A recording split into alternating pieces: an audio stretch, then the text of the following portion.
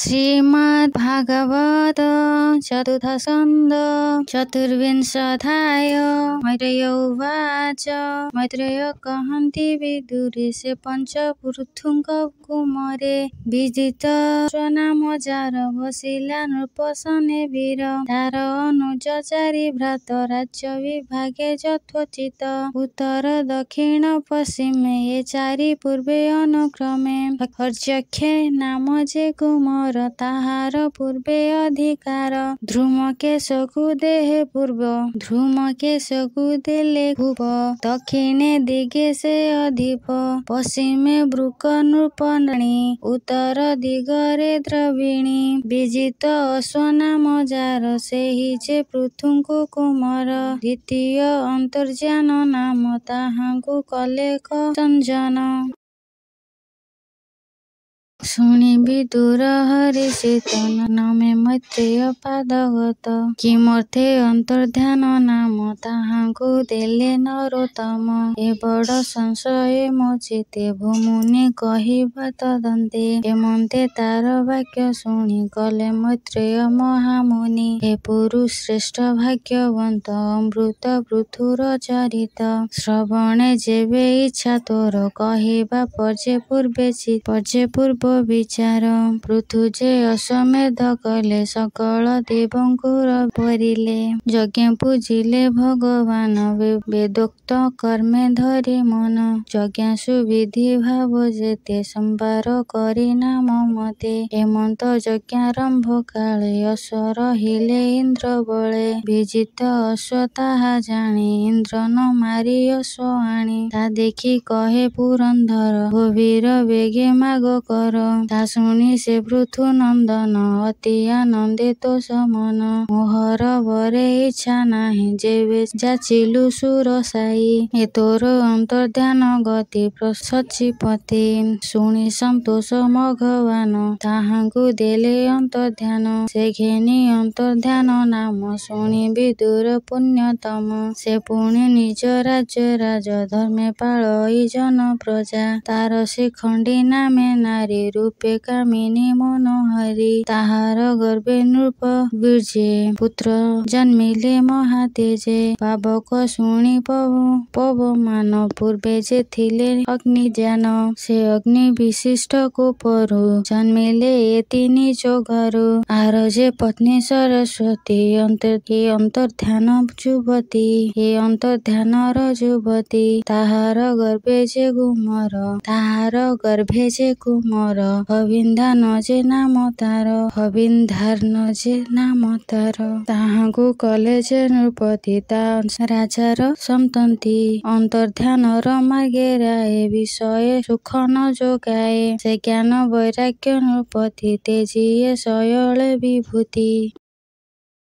मने विचारे नृपराण ये सर्व अनर्थ कारण राज संपदे अर्ध होई अज्ञाने धर्म न जानई मनाई शत्रु मित्र भाव सकल घटे एक जीव राजस्व धर्मे क्रोध बहे प्रजा पीड़ने धन देई अधर्म मार्गे न्यंति बळे प्रजा जुभित शुद्धा नळे क्षोभित शुद्धा नळे प्रजा विनाशे घोर पाप नरके पड़ती अधिप पड़ुए राज्य कार्य नाही यज्ञ करिब सुखे रही यज्ञर छले से राजन तेजिले नृप सिंहासन निष्काम पथ आश्रय करी परम पुरुषे भजिले सोहंसे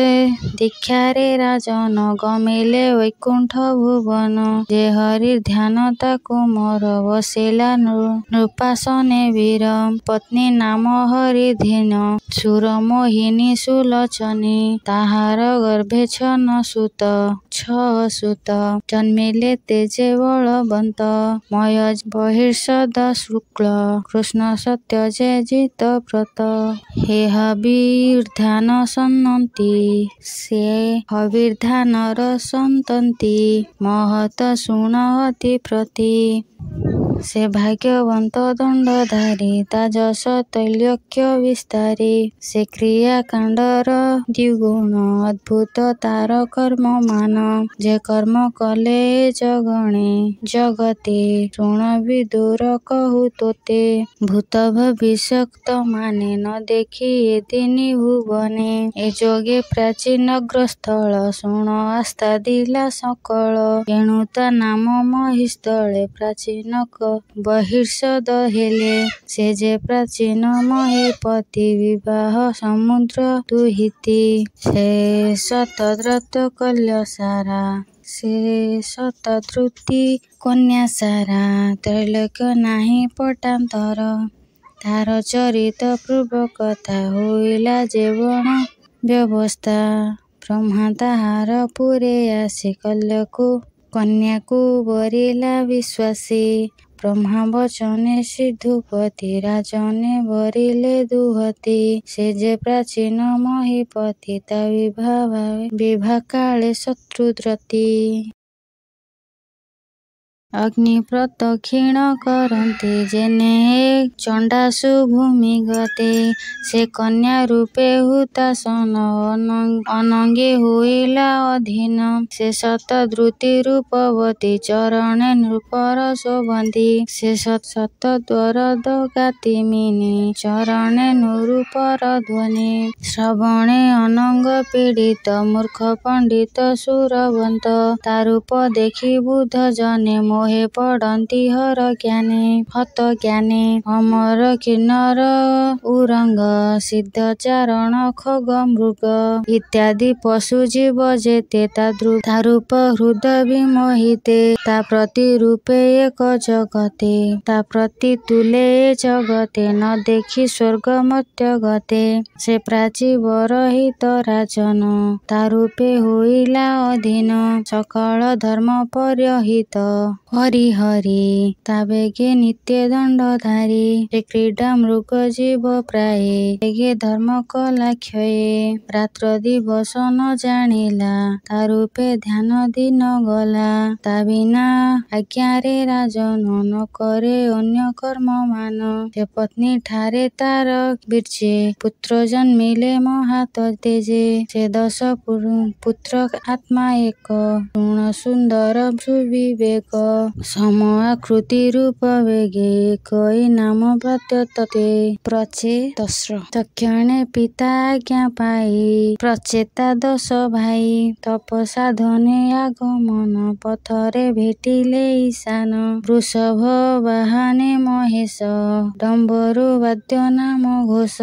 ଦୀର୍ଘେ ଉଚାରି ମୁଖେ ନାମ ରାମ ଗୋବିନ୍ଦ କୃଷ୍ଣ ଶ୍ୟାମ ଗୋବିନ୍ଦ ଗୋପାଳ ଶ୍ରୀହରେ ହୃଷିକେଶ ହେ ଦୈତ୍ୟରୀ ଆନନ୍ଦେ ଲୋମ ପୁଲକିତ ପ୍ରମାଙ୍ଗେ କଣ୍ଠ ଅଶ୍ରୁଜାତ ହେମନ୍ତ ସମୟ କୁମର ଦର୍ଶନ କଲେ ଦେବହର ଭେଟିଲେ ପୂର୍ବ ଶୂନ୍ୟ ଫଳ ଯା ନାମ ଧରି ଅନ୍ତକାଳ ପ୍ରାଣୀ ତରନ୍ତି ଅର୍ଘାନର୍ଭ ଯେ ସର୍ବଦେବଙ୍କୁ ଦୁର୍ଲଭ ତାହାଙ୍କୁ ଚାହିଣ ଶିରୀଷ କହନ୍ତି ଶୁଣ ବାଳ ଶିଷ୍ୟ କାହାର ପୁତ୍ର ତୁମ୍ଭେ ମାନେ କି ନାମ ଗୋତ୍ର ବାଞ୍ଛା ମନେ ଭୟ ଆକୃତି ସମଦୃଶ ବାଳ ନବୀନ ତୁମ୍ଭେ 10 କିମର୍ଥେ ତୁମ୍ଭ ଆଗମନ କହ ସଂଶୟ ତେଜି ମନ ସେ ଦେବ ବାକ୍ୟ ସୁମଧୁର ଅମୃତ ଜିଣି ସୁଧାକର ଶୁଣି ପ୍ରଚେତା 10 ଭାଇ କହନ୍ତି ଶିରେ କର ଦେଇ ଶୁଣିମା ପ୍ରଭୁ ଦେବ ଈଶ ପ୍ରଚେତା ନାମ ଆମ୍ଭେ 10 ପ୍ରାଚୀନ ଗର ଅଧିପତି ତା ବୀର୍ଯ୍ୟେ ଆମ୍ଭେ ଉତପତି ପିତା ବଚନେ ତପ ଅର୍ଥେ ଅହିଲୁ ପ୍ରାଚୀ ଦିଗ ଅର୍ଥେ କଠୋର ତପ ସାଧ କରି ଭାବେ ସେ ବିଲୁ ନର ହରେ ତୁମ୍ଭ ଦର୍ଶନେ ଯୋଗେଶ୍ୱର ଆମ୍ଭ ସଂଶୟ ହେଲା ଦୂର ତା ଶୁଣି ହେବ ଉମା ସାଇ ସନ୍ତୋଷେ ତାଙ୍କୁ ଶିକ୍ଷା ଦେଇ ସେ ତପେ ତୋଷି ତାଙ୍କ ମନ ସାନନ୍ଦେ ଗଲେ ନିଜ ସ୍ଥାନ। ଶୁଣିବି ବିପରୀତ ସଂଶୟ ଚିତ୍ତେ ଆଚ୍ଛାଦିତ। କହେ ମୈତ୍ରେୟ ସୁଖ ଚାହିଁ ଅଦ୍ଭୁତ ଦୁର୍ଗତି ଏହି। ନର ମରେ କାହିଁ ସଙ୍ଗ କେମନ୍ତେ ହୋଇଲ ସଂଯୋଗ। ଏ ବଡ଼ ସଂଶୟ ଯେ ତୋତେ ଭୋମୁନି ଫେଡ଼ିବା ତଦନ୍ତେ। ଯେ କାଳ ରୁଦ୍ର ରୂପେ ଜାତ ଉତ୍ପତ୍ତି ଭାଳର ତଦନ୍ତ। ଉତ୍ପତ୍ତି ପାଳନ ତଦନ୍ତ। ସେ ଯେ ପ୍ରଚେତା ଭାଇ ଦଶ କି ରୂପେ କଲେ ତାଙ୍କୁ ତୋଷ।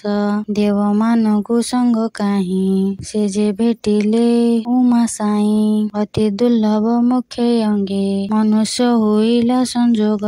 ଯେ ମୁକ୍ତ ଅଙ୍ଗ ଯୋଗୀ ଜନେ ତାଙ୍କୁ ଭାବନ୍ତି ତତ୍ତ୍ୱଜ୍ଞାନେ। ଧ୍ୟାନ ଧାରଣେ ନ ଦେଖନ୍ତି ସେ ଯେ ତୋଷିଲେ କଳ ମୃତ୍ତି। ଯେ ଆତ୍ମା ବିହନ୍ତ ପୁରୁଷ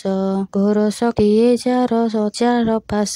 ଯେ ଶିବ ମୃତ୍ୟୁ ଦଣ୍ଡଧର ଏ ଚରଣ ପ୍ରମାଣ ଏ ଚରାଚର ପ୍ରାଣହର।